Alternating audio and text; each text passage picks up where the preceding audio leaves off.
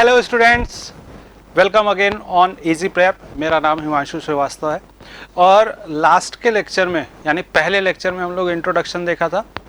Mode of heat transfer, conduction, convection और radiation के लिए हुआ था बात, मगर हम लोग केवल डिस्कस कर पाए थे केवल कंडक्शन। तो कंडक्शन डिस्कस किया था और कंडक्शन कौन से लॉ पे परफॉर्म करता है, that is the Fourier law, उसके बारे में डिस्कशन किया था। तो आपने कहा था कि जो फोरियर लॉ है, अगर मैं फिर से बात करूं कि जो फोरियर्स लॉ है वो फोरियर्स लॉ वो minus K A del T by del N है। ये हम लोगों ने डिस्कशन किया था और इसको छोड़ दिया था और ये भी समझा था कि माइनस साइन क्यों आएगा। तो माइनस साइन क्यों आएगा, निगेटिव साइन, क्योंकि हायर टेम्परेचर से लोअर टेम्परेचर हीट का ट्रांसफर होता है, तो ग्रेडियंट माइनस आ जाएगा। ठीक है, अब देखो K जो है वो थर्मल कंडक्टिविटी है, प्रोपोर्शनलिटी कांस्टेंट। इसी के लिए हम लोग को बात करना है, थर्मल कंडक्टिविटी है, जिसको हम लोग क्या कहते हैं, प्रोपोर्शनलिटी कांस्टेंट कहते हैं। ठीक है, ये हमारे पास इस तरह से बातें हैं। अच्छा, अब माइनस साइन क्यों आया, क्योंकि हायर टेम्परेचर से लोअर टेम्परेचर जाना है। अगर आप rate of heat transfer x के डायरेक्शन में बात करना चाहें, एग्जाम्पल के तौर पे अगर हम लोग बात कर लें कि sir rate of heat transfer हम लोग एक्स के डायरेक्शन में बात करना चाहते हैं, तो आपको लिखना होगा K A del T by del X. और अगर हम लोग वाई के डायरेक्शन में बात करना चाहें, K A del T by del Y. और जेड के डायरेक्शन में बात करना चाहें तो K A del T by del Z. ठीक है, तो K A del T by del X, K A del T by del Y, K A del T by del Z, यानी जिस भी डायरेक्शन में आप बात करना चाहते हो उसके बारे में आप लिख लोगे। यहाँ पे इंपॉर्टेंट पॉइंट ये है कि ये प्रोपोर्शनलिटी कांस्टेंट के बारे में आपको समझना पड़ेगा। ठीक है, तो चलिए प्रोपोर्शनलिटी कांस्टेंट हम लोग बात करते हैं कि यहाँ पे थर्मल कंडक्टिविटी क्या है। थर्मल कंडक्टिविटी,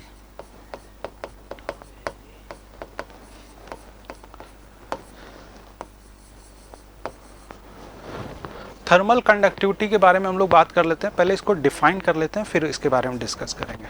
ठीक है, थर्मल कंडक्टिविटी क्या है? It is define as A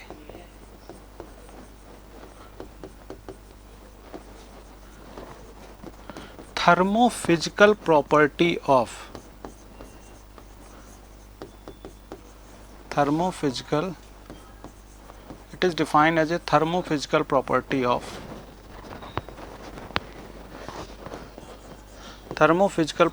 of the substance which tell us about the ability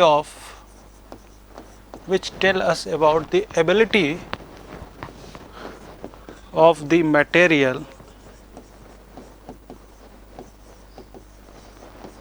to allow the heat energy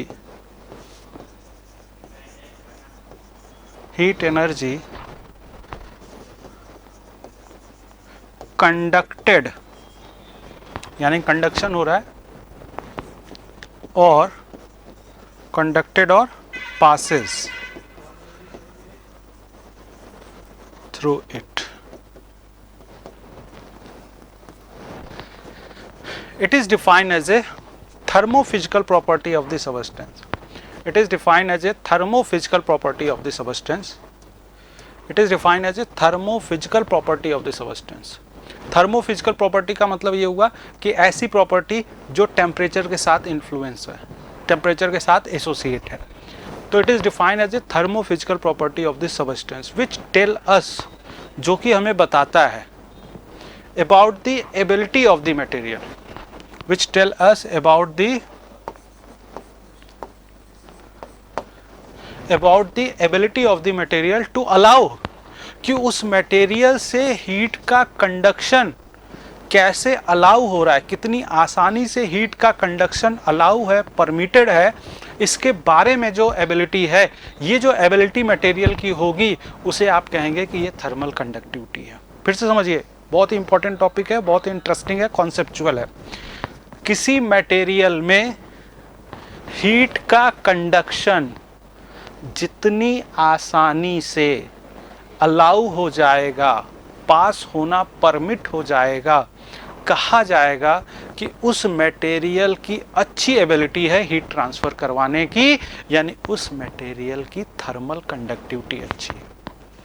तो जिस किसी भी मटेरियल में थर्मल कंडक्टिविटी ज़्यादा होगी, इट मीन्स उस मटेरियल की ये एबिलिटी है कि वो अच्छे से हीट कंडक्ट करवा पाएगा, यानी हीट कंडक्ट होने के दौरान उसमें कोई परेशानी, रेजिस्टेंस कम से कम मिलेगा अगर उसकी थर्मल कंडक्टिविटी अच्छी है। तो थर्मल कंडक्टिविटी अच्छी होने का सेंस ये है कि उसमें हीट का कंडक्शन आसानी से हो जा रहा है, यानी हीट कंडक्शन के दौरान कोई रुकावट नहीं आ रही है। उस प्रॉपर्टी को आप बोलेंगे मटेरियल की ये प्रॉपर्टी थर्मल कंडक्टिविटी कहलाती है। तो अगर आप इस बात को समझ गए हैं तो आप इस बात को जरा भी समझने में देर नहीं करेंगे कि मेटल्स के पास थर्मल कंडक्टिविटी नॉन मेटल्स के पास थर्मल कंडक्टिविटी से बेहतर होती है, क्योंकि मेटल्स में हीट का कंडक्शन अच्छे से हो जाएगा, जल्दी जल्दी फास्ट हो जाएगा, स्मूथ वे में हो जाएगा, अलाउ कर देगा जल्दी जल्दी जाओ। जबकि नॉन मेटल में हीट का कंडक्शन अच्छे से नहीं हो पाएगा।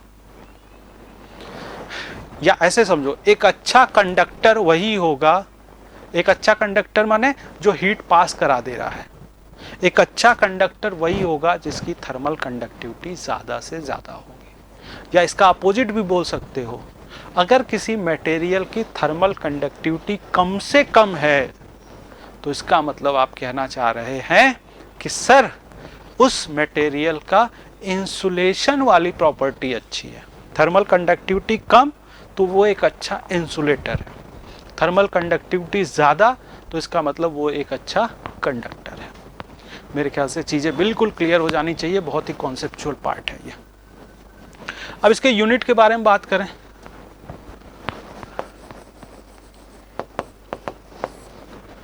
Q बराबर है rate of heat transfer K A del T by del X या डेल एम, जो भी आपको अच्छा लगे। Q को यूनिट को आप बोल रहे हो सर ये वॉट है, K का निकालना है हमें, ये मीटर स्क्वायर, टेम्परेचर का डिग्री सेल्सियस हो गया और ये मीटर हो गया। तो यहाँ से K का जो यूनिट है वो मीटर मीटर कट जाएगा, वॉट पर मीटर पर डिग्री सेल्सियस हो जाएगा। या आप इसी को बोल सकते हैं कि वॉट पर मीटर पर केल्विन। डिग्री सेल्सियस की जगह क्या लिख सकते हैं, केल्विन भी आप लिख सकते हैं, वॉट पर मीटर पर केल्विन भी आप लिख सकते हैं। ठीक है, आगे अगर पढ़ो आप, आगे अगर आप बढ़े, dimensional formula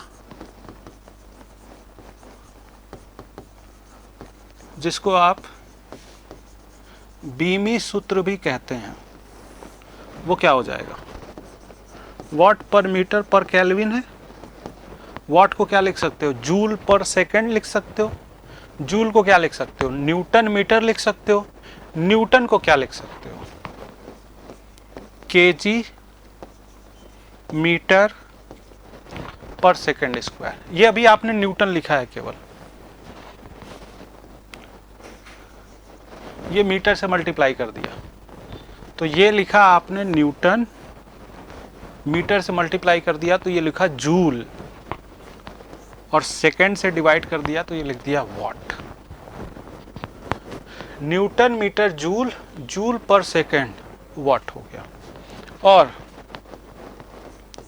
1/m² metre kelvin, ऐसा कुछ हो गया। तो अब आप यहां से देख पा रहे होंगे कि ये मीटर मीटर गया तो केजी पर मीटर, अभी एक तो बचा ही है, केजी मीटर मीटर गया, 1 मीटर ऊपर बचा है, और सेकेंड के पावर 3 है और केल्विन है। यानी इसको अगर आप रिप्रेजेंट करेंगे तो ml t पावर -3 और थीटा पावर -1, या और अच्छा से लिखना चाहो तो m1 l1 t पावर -3 और थीटा पावर -1। ये इसका डायमेंशनल फॉर्मूला, बीमी सूत्र, और ये इसका यूनिट हो जाएगा। तो अगर कभी एग्जाम में आपके थर्मल कंडक्टिविटी से रिलेटेड बातें आ जाए तो आपको यहाँ तक तो रिप्रेजेंट करना ही पड़ेगा। और ये बात भी आप लॉजिक लगा पा रहे होंगे कि मेटल्स के पास थर्मल कंडक्टिविटी अच्छी होगी, ठीक है, as compare to non metal. ठीक है, ये हमारे पास क्या हो गया, थर्मल कंडक्टिविटी, उसका डेफिनेशन और उससे रिलेटेड ये बातें हो गई। ठीक है, अब हमें आगे बढ़ना है दूसरे मोड ऑफ हीट ट्रांसफर के लिए, जिसको हम लोग क्या बोलने वाले हैं, कन्वेक्शन। जिसको हम लोग क्या बोलने वाले हैं, कन्वेक्शन। तो जो convection mode of heat transfer है उसमें होता क्या है, उसमें ये समझें आप कि हमारे पास एक कोई सॉलिड सरफेस है, हमारे पास एक कोई सॉलिड सरफेस है, ठीक है, लेट अस से ये हमारे पास एक सॉलिड सरफेस है।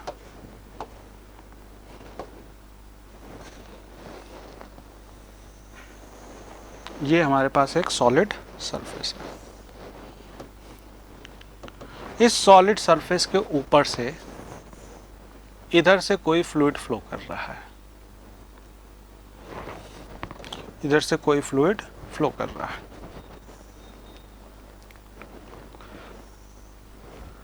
सॉलिड सरफेस का टेम्परेचर और फ्लूइड का टेम्परेचर, दोनों टेम्परेचर क्या है सर, अलग अलग है। सॉलिड सरफेस का टेम्परेचर और फ्लूइड का टेम्परेचर अलग अलग है। भाई अलग अलग टेम्परेचर होगा तभी तो हीट का ट्रांसफर सॉलिड सरफेस और फ्लूइड के बीच में हो पाएगा। ठीक है, क्योंकि आप हीट ट्रांसफर की बात कर रहे हैं। तो ये हमारे पास फ्लूइड का फ्लो हो रहा है। ठीक है, चलिए तो मान के चलते हैं कि सरफेस का टेम्परेचर है Ts। मान लिया जाए कि सरफेस का टेम्परेचर जो है वो Ts हो गया है और फ्लूइड का टेम्परेचर है T इंफिनिटी, और ये इसके ऊपर फ्लूइड फ्लो कर रहा है। तो हमें ये बात बहुत अच्छे से पता है कि फ्लूइड का जो पहला लेयर होगा, जो फ्लूइड का पहला लेयर जो सॉलिड सरफेस के कांटेक्ट में आएगा, वो वहाँ पर क्या हो जाएगा, स्टिक हो जाएगा, चिपक जाएगा। ये मेरे ख्याल से आप सभी को पता होगा कि फ्लूइड का वो पहला लेयर जो सरफेस के साथ, ठीक सरफेस के साथ कांटेक्ट में आएगा, ठीक सरफेस के साथ कांटेक्ट में आएगा, वो उसके साथ क्या हो जाएगा सर, स्टिक हो जाएगा, चिपक जाएगा। ये सरफेस के साथ चिपक गया है। ठीक है, ये सॉलिड सरफेस है, ये सॉलिड सरफेस है ग्रीन वाला, और उसके ऊपर जो येलो वाला फ्लूइड आया है वो उसके साथ स्टिक हो जाएगा because of no slip condition, because of no slip condition. और इसके ऊपर बाउंड्री लेयर का ग्रोथ होगा। ये बाउंड्री लेयर आपको पता है, ये बाउंड्री लेयर का ग्रोथ होगा, जिसमें आप इसके सेक्शन पे, किसी भी सेक्शन पे वेलोसिटी को चेंज होते हुए पाएंगे। इसमें आप वेलोसिटी चेंज होते हुए पाएंगे।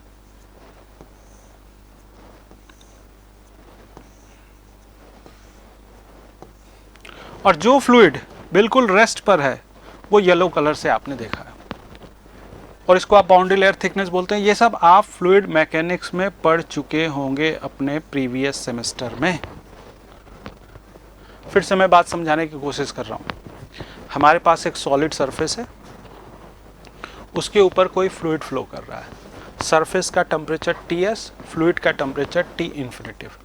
मान लेते हैं कि Ts का टेम्परेचर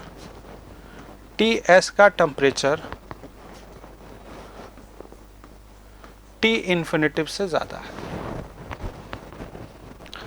और जब फ्लूइड फ्लो करेगा तो फ्लूइड का वो लेयर जो सॉलिड सरफेस के कांटेक्ट में आएगा वो क्या हो जाएगा, स्टिक हो जाएगा, चिपक जाएगा, because of no slip condition. No slip condition क्या है वो मैं डिस्कस करने नहीं जा रहा हूं, क्योंकि वो फ्लूइड मैकेनिक्स वाले पार्ट में आपने पढ़ा है, ठीक है। नो स्लिप कंडीशन थोड़ा सा देख लो आप, कि ये कहता है कि फ्लूइड पार्टिकल स्लिप नहीं करेगा, जब भी सॉलिड सरफेस के ऊपर कोई फ्लूइड का लेयर आएगा तो उसके साथ वो चिपक जाएगा, रिलेटिव वेलोसिटी दोनों की मिलकर 0 हो जाएगी। ये सब बेसिक सी बात है। तो अब हीट का ट्रांसफर ऐसे होगा, हीट का ट्रांसफर इस डायरेक्शन में होगा, ये इस डायरेक्शन में हीट का ट्रांसफर होगा, ये ऐसे। क्यों हीट का ट्रांसफर इस डायरेक्शन में होगा? क्योंकि इसका टेम्परेचर ज्यादा है और इसका टेम्परेचर कम है। अगर ऊपर वाले का टेम्परेचर, फ्लूइड का टेम्परेचर ज्यादा होता, प्लेट का टेम्परेचर कम होता, तो उल्टा हीट ट्रांसफर हो जाता। तो अब यहां पे इस तरह के हीट ट्रांसफर को आप क्या कहिएगा, कन्वेक्शन। तो कन्वेक्शन में एक आपके पास सॉलिड सरफेस है और एक आपके पास फ्लोइंग फ्लूइड है। अब आप कहोगे सर कंडक्शन में भी तो फ्लूइड था, तो हम लोग कैसे पहचानेंगे कि कंडक्शन फ्लूइड हीट ट्रांसफर करवा रहा है कि कन्वेक्शन? दोस्तों अगर गौर किया हो आपने, फ्लूइड अगर स्टैटिक कंडीशन में है, रेस्ट कंडीशन में है, वहां पर जो हीट ट्रांसफर हो रहा होगा वो कंडक्शन होगा। और फ्लूइड अगर मोशन में है और वहां पर जो हीट ट्रांसफर है वो कन्वेक्शन होगा। तो कन्वेक्शन में क्या है, कन्वेक्शन में हीट का ट्रांसफर कैसे हो रहा है? कन्वेक्शन में हीट का ट्रांसफर कैसे हो रहा है? फ्लोइंग फ्लूइड के थ्रू। कंडक्शन में हीट का ट्रांसफर कैसे होगा? स्टैटिक फ्लूइड के थ्रू। ये दोनों अंतर समझ लेना बहुत जरूरी है। कन्वेक्शन में हीट का ट्रांसफर कैसे होगा? Flowing fluid. कन्वेक्शन में फ्लोइंग फ्लूइड, कंडक्शन में स्टैटिक फ्लूइड, ठीक है। तो अब यहां पे आप बोलने वाले हो कि कन्वेक्शन के थ्रू हीट ट्रांसफर होने जा रहा है, और जो फ्लूइड इसके साथ रेस्ट पर है वो क्या करेगा? वो तो कंडक्शन करने वाला है। ध्यान से समझिए, येलो वाला तो रेस्ट है ना, तो वो क्या करेगा? कंडक्शन करेगा। और उसके ऊपर वाला फ्लूइड का लेयर क्या करेगा? देखो ग्रीन, आपका ग्रीन कलर से जो मैंने बनाया है वो प्लेट है। ग्रीन कलर से जो बनाया है वो क्या है? प्लेट है या सरफेस है। और ये येलो कलर से जो है वो फ्लूइड का लेयर है। तो फ्लूइड लेयर अगर रेस्ट पे है, फ्लूइड लेयर रेस्ट पर क्यों है? Because of no slip condition. ये एफएम का टॉपिक है। तो लेयर अगर रेस्ट पे है तो सरफेस से रेस्ट वाले कंडीशन पे हीट ट्रांसफर कैसे होगा? कंडक्शन। और उसके ऊपर फ्लोइंग फ्लूइड से हीट ट्रांसफर कैसे होगा? उसको बोला जाता है एडवेक्शन। उसको क्या बोला जाता है? एडवेक्शन। तो जो फ्लूइड रेस्ट पर है कंडक्शन करेगा, उसके ऊपर फ्लूइड रेस्ट पर, उसके ऊपर क्या होगा? एडवेक्शन होगा। अब देखो साइंटिस्ट लोगों ने क्या किया, कंडक्शन का कन चुरा लिया, एडवेक्शन का वेक्शन चुरा लिया। कंडक्शन का कन चुरा लिया, एडवेक्शन का वेक्शन चुरा लिया, और ये मिलकर बना दिया कन्वेक्शन।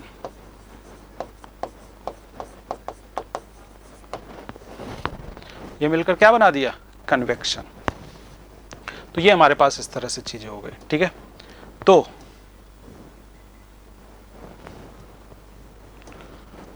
अगर हमसे पूछा जाए क्या होगा convection? Convection is the transfer of energy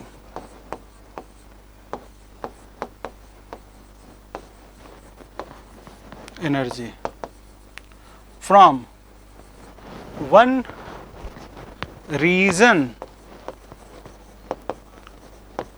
to another region.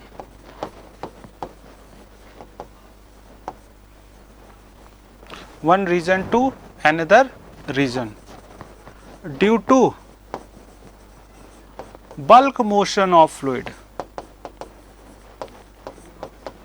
Bulk motion of due to bulk में मोशन हो रहा है, बल्क में मोशन हो रहा है, due to bulk motion of fluid, जिसको आप क्या कह रहे हो, advection. Convection is the transfer of energy from one region, एक रीजन से यहां चला गया, एक रीजन से दूसरे रीजन में ट्रांसफर ऑफ एनर्जी है। बल्क में मोशन फ्लूइड फ्लो कर रहा है, बल्क में, मैक्रोस्कोपिक लेवल पे, जिसको आप क्या कहते हैं, एडवेक्शन कहते हैं। And energy added due to conduction, energy added due to conduction. Conduction कहां पे हो रहा है, जो फ्लूइड का लेयर रेस्ट पर है, and energy added due to conduction is known as, is commonly known as, commonly known as, commonly known as, known as क्या बोलेंगे, convection, is known as convection। तो the transfer of energy from one region to another region due to bulk motion of fluid, जिसको advection, and energy added due to conduction is commonly known as convection। ठीक है, clear है।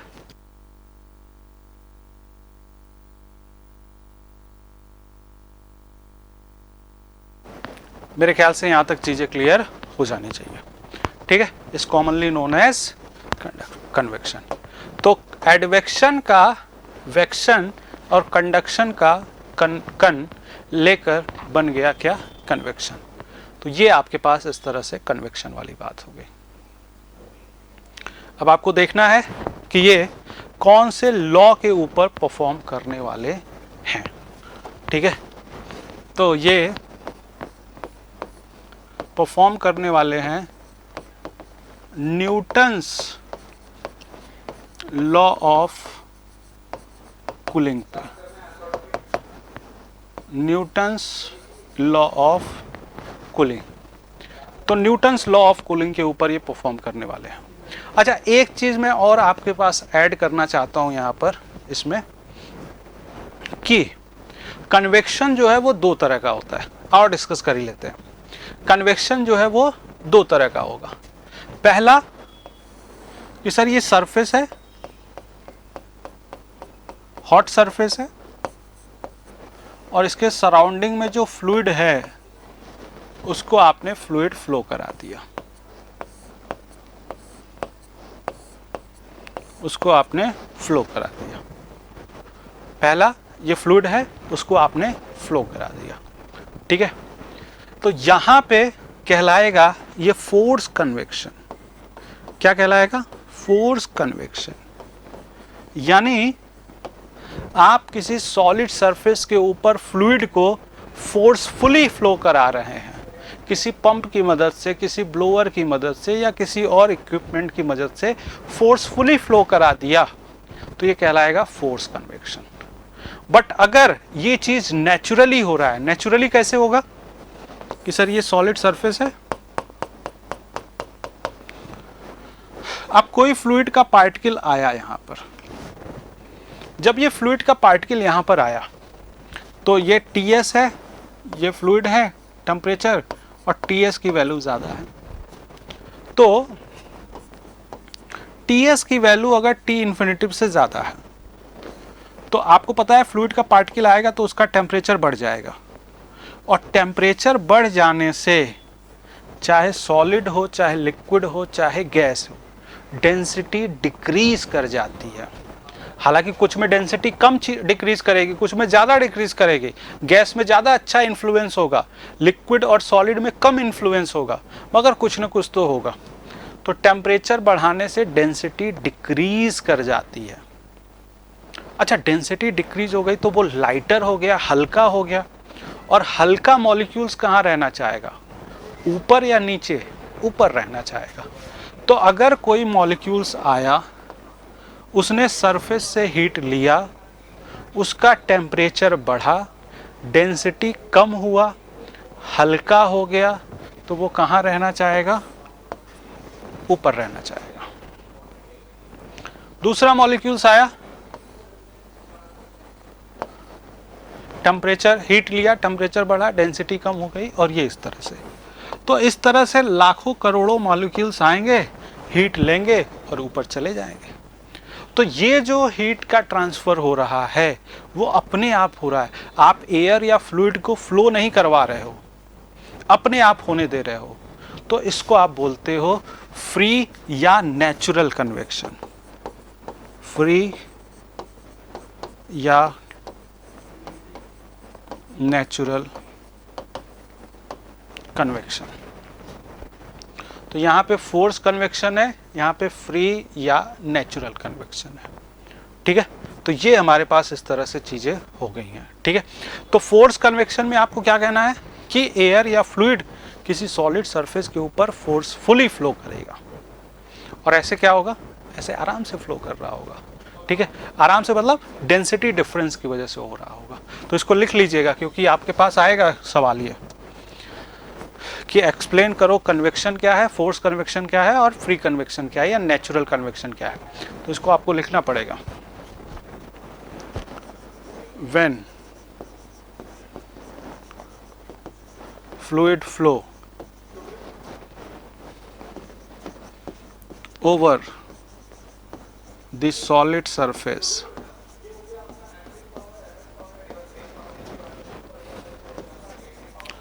due to influence, when fluid flow over the solid surface due to influence of any external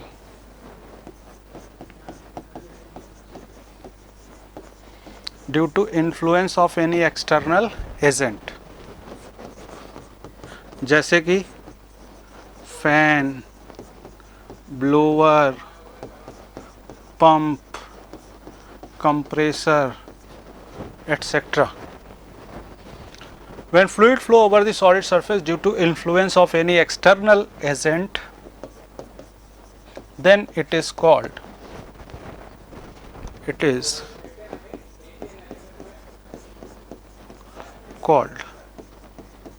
force convection, and if it occurs due to density difference,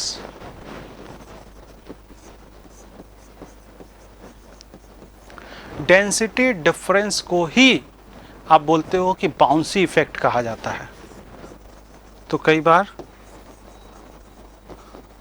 किसी किसी book में bouncy effect भी आपको नजर आ जाएगा। डेंसिटी डिफरेंस और buoyancy effect, then it is called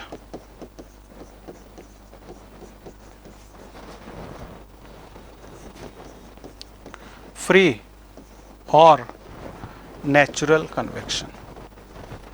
free और नेचुरल कन्वेक्शन। तो डेंसिटी डिफरेंस की वजह से होगा, डेंसिटी डिफरेंस की वजह से होगा, या बाउंसी इफेक्ट की वजह से होगा, तो उसे आप क्या कहिएगा, फ्री या नेचुरल कन्वेक्शन। और जब आप फोर्सफुली फ्लो करा देंगे तो उसे आप क्या कहेंगे, फोर्स कन्वेक्शन। ठीक है, मेरे ख्याल से ये चीजें यहां तक क्लियर होगी। अब हमें बात करना है कि sir Newton's law of cooling क्या है। न्यूटन्स लॉ ऑफ कूलिंग क्या है, मैं पहले 2 लाइन लिख लेता हूं, फिर उसके बाद बात करेंगे। The rate of heat transfer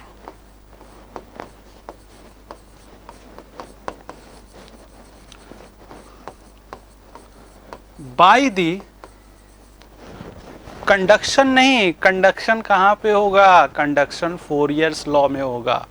आप Newton's law of cooling use कर रहे हो, तो यहां पर क्या होगा, यहां पर कन्वेक्शन होगा। The rate of heat transfer by the convection is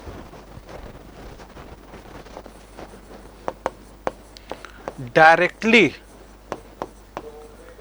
proportional is directly proportional to the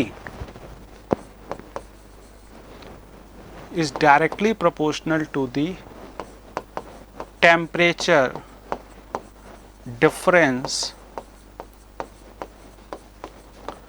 between solid surface and surrounding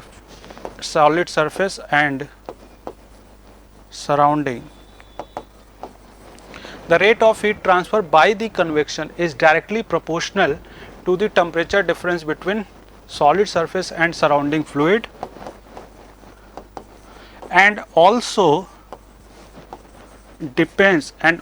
directly proportional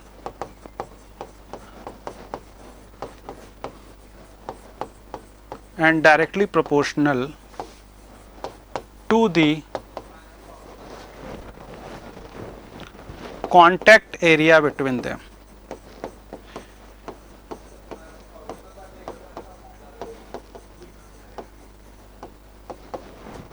यानी Q जो है वो क्या हो जाएगा, डायरेक्टली प्रोपोर्शनल, Q यानी Q का rate directly proportional to temperature difference क्या, सरफेस और सराउंडिंग,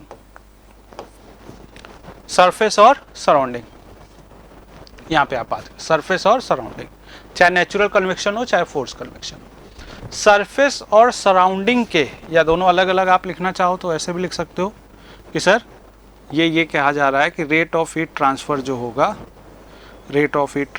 होगा वो directly proportional to the temperature difference between surface and surrounding, and also directly proportional to the contact area between them.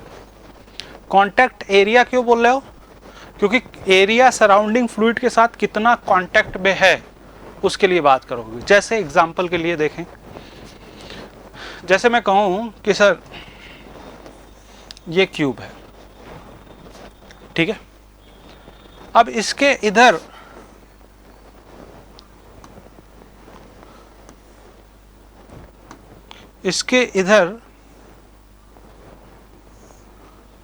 ये दीवाल है,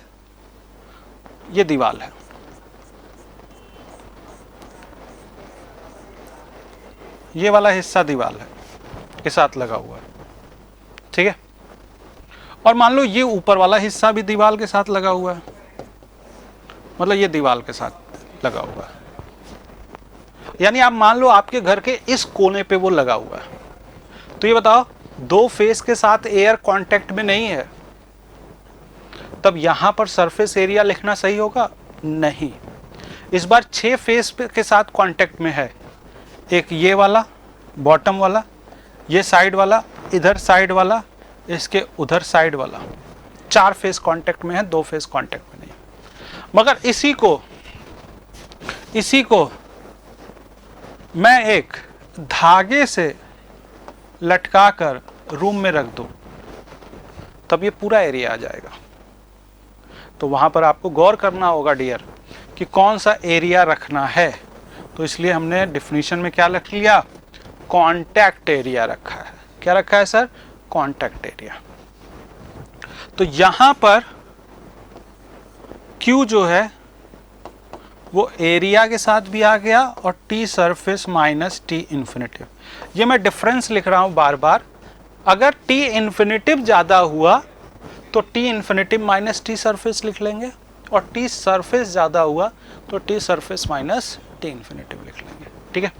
और यहाँ पर एक कन्वेक्टिव हीट ट्रांसफर कोफिशिएंट यानी प्रोपोर्शनैलिटी कांस्टेंट आ जाएगा। क्या आ जाएगा सर? Proportionality constant. इसको हम लोग बोलते हैं convective heat transfer coefficient. Convective heat transfer coefficient, जिसको आप CHTC भी शॉर्ट फॉर्म में लिखते हैं। तो यहां पर एक प्रोपोर्शनैलिटी कांस्टेंट आ जाएगा जिसे हम लोग CHTC convective heat transfer coefficient लिखते हैं। ठीक है, अच्छा यूनिट की बात करें जरा, यूनिट हो जाएगा watt per metre square per degree Celsius या watt per metre square per kelvin. Dimensional formula बिल्कुल उसी तरह निकाल लेंगे आप, बिल्कुल आराम से, बिल्कुल। ये तो मतलब आपके बाएं हाथ का खेल हो जाएगा, और जो बाएं हाथ से लिखते हैं उनके लिए दाहिने हाथ का खेल हो जाएगा। That is the m1L0 t power -3 और थीटा पावर -1। ये हमारे पास डायमेंशनल फॉर्मूला हो जाएगा। तो ये हमारे पास कन्वेक्टिव हीट ट्रांसफर कोफिशिएंट के रिगार्डिंग ये इस तरह से बातें हो गई हैं। इसके लिए हमें और भी बहुत सारी बातें करनी है, मगर आप बिल्कुल घबराएं नहीं। आपको पता है कि हमारा एक अलग सा चैप्टर ही है कन्वेक्शन। अभी तो हम लोग कौन सा चैप्टर पढ़ रहे हैं? इंट्रोडक्शन पढ़ रहे हैं। इंट्रोडक्शन में बिल्कुल बेसिक सी बातें पढ़ रहे हैं, बिल्कुल छोटी सी बातें पढ़ रहे हैं। ठीक है, तो यहाँ पे हमें बिल्कुल भी घबराने की जरूरत नहीं है, बिल्कुल बेसिक छोटी बातें पढ़ रहे हैं। इसके बारे में डीपली हम लोग कहाँ पे पढ़ेंगे? कन्वेक्शन वाले चैप्टर में पढ़ेंगे। वहाँ पे पढ़िएगा आप कि कन्वेक्टिव हीट ट्रांसफर कोफिशिएंट किन किन फैक्टर्स के ऊपर डिपेंड करता है। फोर्स कन्वेक्शन में किसके ऊपर डिपेंड करेगा, फ्री कन्वेक्शन में किसके ऊपर डिपेंड करेगा, किस में वैल्यू ज़्यादा होती है, किस में वैल्यू कम होती है। ये सब सारी चीज़ें हम लोग एनालिसिस करेंगे। कहाँ पे एनालिसिस करेंगे? फोर्स कन्वेक्शन वाले चैप्टर में, और जब कन्वेक्शन वाला बेसिकली टॉपिक आएगा वहाँ पर। ठीक है, तो ये आपने पढ़ लिया क्या? न्यूटन्स लॉ ऑफ कूलिंग, और न्यूटन्स लॉ ऑफ कूलिंग के बाद आने वाला कन्वेक्टिव हीट ट्रांसफर कोफिशिएंट। अब हमें बात करना है तीसरा मोड ऑफ हीट ट्रांसफर, जिसको आपने क्या कहा? रेडिएशन। रेडिएशन पढ़ने जा रहे हैं, जो कि आपको पता है third mode of heat transfer है। तो रेडिएशंस के बारे में देखते हैं। होता क्या है? सभी बॉडी किसी भी टेम्परेचर पे, कोई सा भी टेम्परेचर हो, सभी बॉडी सभी टेम्परेचर्स पे अपने सरफेस से एनर्जी इमिट करते हैं, एनर्जी बाहर निकालते हैं। इसी एनर्जी इमिशंस को हम लोग क्या बोलते हैं सर? रेडिएशन कहते हैं। तो रेडिएशंस क्या है? सभी बॉडी सभी टेम्परेचर पे अपने सरफेस से जो एनर्जी रिलीज कर रहे हैं, अपने सरफेस से जो एनर्जी निकाल रहे हैं, उसी को हम लोग क्या बोलते हैं? रेडिएशन। हमारी बॉडी से भी एनर्जी रिलीज हो रहा है हर समय, हर टेम्परेचर पे। आपने देखा होगा कि आप जाड़े के समय में आप अपने बॉडी को श्रिंक करके रखते हो। क्यों? क्योंकि आप नहीं चाहते कि हमारे बॉडी से हीट रिलीज हो, तो इसीलिए आप उसको सिकुड़ कर रखना चाहते हो। ठीक है, ताकि रेडिएशन कम से कम हो। तो सभी बॉडी सभी टेम्परेचर्स पे अपने सरफेस से एनर्जी इमिट करते हैं। अब क्वेश्चन ये उठता है कि ये इमिशन क्यों हो रहा है और कैसे हो रहा है? एनर्जी का इमिशन हो रहा है तो क्यों हो रहा है और कैसे हो रहा है? तो पहले समझते हैं कैसे हो रहा है। तो आपने पढ़ा होगा वेव। क्या पढ़ा होगा? Wave.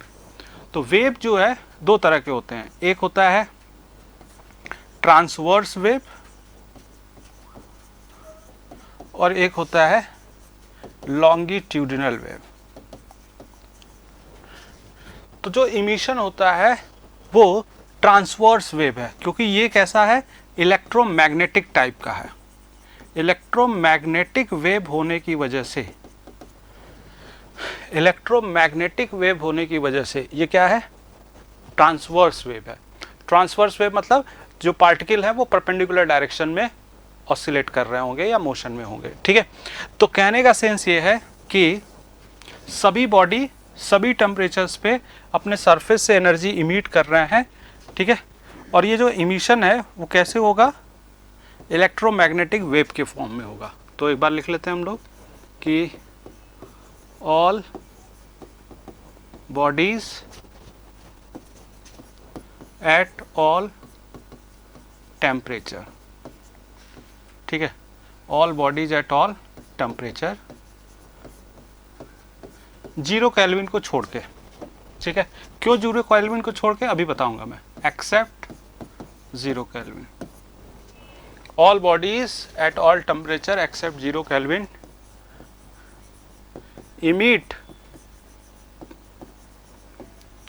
Thermal radiation from its surface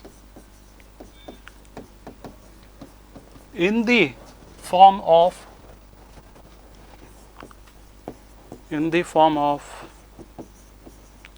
electromagnetic wave, in the form of electromagnetic wave. कौन से फॉर्म में चलेगा आगे? इलेक्ट्रोमैग्नेटिक वेव के फॉर्म में आगे चलेगा। अच्छा, रेडिएशन की एक सबसे अच्छी खास बात यह है कि जो रेडिएशन हो रहा होगा वो मीडियम के बिना भी हो सकता है, यानी रेडिएशन को आगे प्रोपोगेट करने के लिए, आगे बढ़ने के लिए मीडियम की रिक्वायरमेंट नहीं होती है। मीडियम होगा तो भी चलेगा, मीडियम नहीं भी होगा तो भी ये आपको देखने को मिलेगा कि रेडिएशन हो रहा है। ठीक है, तो आप पैराग्राफ चेंज करके लिख सकते हैं, no material medium are required to propagation मतलब आगे बढ़ने के लिए, propagation of it। बिना मटेरियल मीडियम के भी ये प्रोपोगेट कर सकता है। ठीक है, और एक और पॉइंट जो आप लिखना चाहते हैं दैट इज कि होता क्यों है, ये हो क्यों रहा है, रेडिएशन हो क्यों रहा है? क्योंकि आपको पता है कि सभी जो बॉडी हैं वो मॉलिक्यूल से मिलके बने होते हैं, और मॉलिक्यूल्स जो होता है वो अपने ऑर्बिट में क्या होता है, एटम्स क्या करते हैं, अपने ऑर्बिट में ऑसिलेट करते रहते हैं, वाइब्रेशनल मूवमेंट करते रहते हैं और रोटेशनल मूवमेंट भी करते रहते हैं।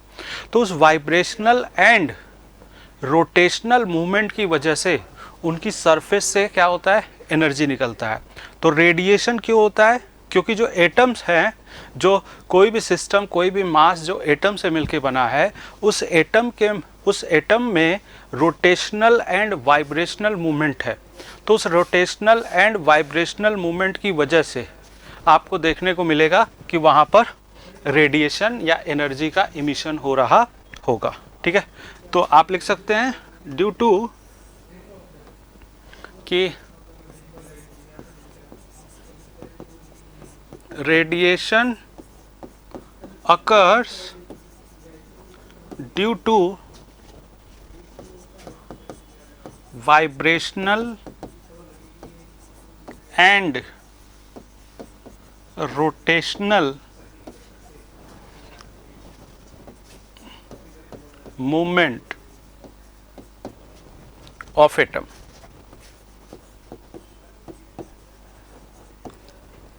अब आपको पता है कि अगर एटम के पास टेम्परेचर ज़्यादा होगा तो ये जो रोटेशनल या वाइब्रेशनल मूवमेंट है वो ज़्यादा होगा, और अगर कम होगा तो ये रोटेशनल या वाइब्रेशनल मूवमेंट कम होगा, यानी एनर्जी का इमिशन भी कम होगा।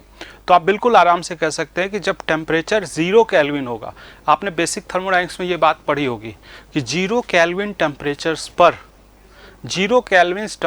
पर मॉलिक्यूल्स रेस्ट पर आ जाते हैं, एटम रेस्ट पर आ जाते हैं, कोई भी उनके पास काइनेटिक एनर्जी नहीं होती ताकि वो मूव कर सके। तो 0 केल्विन टेम्परेचर पे कुछ भी रोटेशनल या वाइब्रेशनल मूवमेंट नहीं है, यानी वहाँ से रेडिएशन नहीं होगा। इसीलिए आपने कहा था कि रेडिएशन सभी बॉडी में सभी टेम्परेचर पर होगा मगर 0 केल्विन पर नहीं होगा, क्योंकि 0 केल्विन पे मॉलिक्यूल्स में एनर्जी ही नहीं होती है कि वो आगे बढ़ सकें। ठीक है, अब हम लोग बात करते हैं कौन से लॉ पे परफॉर्म करते हैं। ठीक है, तो नेक्स्ट हम लोग बात करने जा रहे हैं कि कौन से लॉ पे परफॉर्म करते हैं, that is the Stefan Boltzmann law. Stefan Boltzmann law, Stefan Boltzmann law क्या होता है इसके बारे में समझते हैं। स्टेफन बोल्ट्जमैन लॉ पर्टिकुलरली किसके लिए है? पर्टिकुलरली रेडिएशन के लिए है। ठीक है ना, तो the rate of heat transfer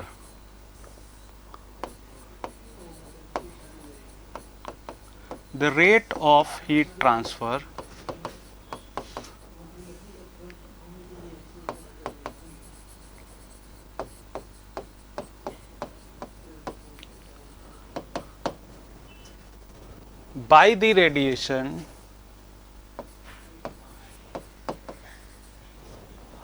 the rate of heat transfer by the radiation per unit area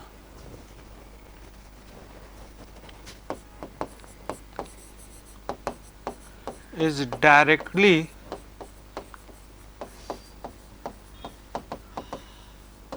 proportional to the fourth power of the absolute temperature. Fourth power of the absolute temperature. Fourth power of the absolute temperature. The rate of heat transfer by the radiation per unit area is directly proportional to the fourth power of the absolute temperature. यानी यहाँ पे radiations के through rate of heat transfer जो होगा absolute temperature के power 4 हो जाएगा. तो यहाँ से आप बोल पा रहे हैं कि एक प्रोपोर्शनलिटी कांस्टेंट आ जाएगा, एरिया इधर चला जाएगा और टी पावर 4 हो जाएगा. ये रेट ऑफ हीट ट्रांसफ़र हो जाएगा. सिग्मा को हम लोग कहते हैं स्टेफन बोल्ट्जमैन कांस्टेंट. सिग्मा क्या होता है? स्टेफन बोल्ट्जमैन कांस्टेंट, जिसकी वैल्यू हमें याद होनी चाहिए 5.67 into 10 to the power -8 watt per metre square kelvin to the power 4. और इसका जो डायमेंशनल फॉर्मूला है, अगर आप वो भी लिखना चाहें तो ml 0 t power -3 theta power -4. m1 चाहो लिखना तो लिख सकते हो. ठीक है, ये हमारे पास डायमेंशनल फॉर्मूला हो जाएगा. तो स्टेफन बोल्ट्जमैन लॉ ये हो गया. तो आपने कंडक्शन, कन्वेक्शन और रेडिएशन पढ़ लिया. साथ ही साथ कंडक्शन, कन्वेक्शन और रेडिएशन कौन से लॉ के ऊपर परफॉर्म करते हैं उसके बारे में भी आपने पढ़ लिया है. ठीक है, तो ये आपका जो पहला बेसिक सा यूनिट हो चुका है वो चैप्टर 1 जिसको आपने इंट्रोडक्शन में पार्ट किया था वो अब यहाँ पर कंप्लीट हो गया. तो चैप्टर 1 यहाँ पर हमारा कंप्लीट होता है. कंडक्शन अब हम लोग पढ़ने जा रहे हैं. कन्वेक्शन और रेडिएशन हम लोगों ने बिल्कुल थोड़ा सा ही पढ़ा है, बस उतना ही पढ़ा है ताकि हम लोग इंट्रोडक्शन जान सके. इसके बारे में डिटेल में एनालिसिस करने के लिए हमारे पास एक अलग सा ही चैप्टर होगा रेडिएशन और कन्वेक्शन का, तो हम लोग वहाँ पे इसके बारे में डिस्कशन करेंगे. तो thank you very much. Next lecture में मिलते हैं और अपनी कहानी को आगे बढ़ाते हैं जो कि अपना चैप्टर होगा कंडक्शन. Thank you.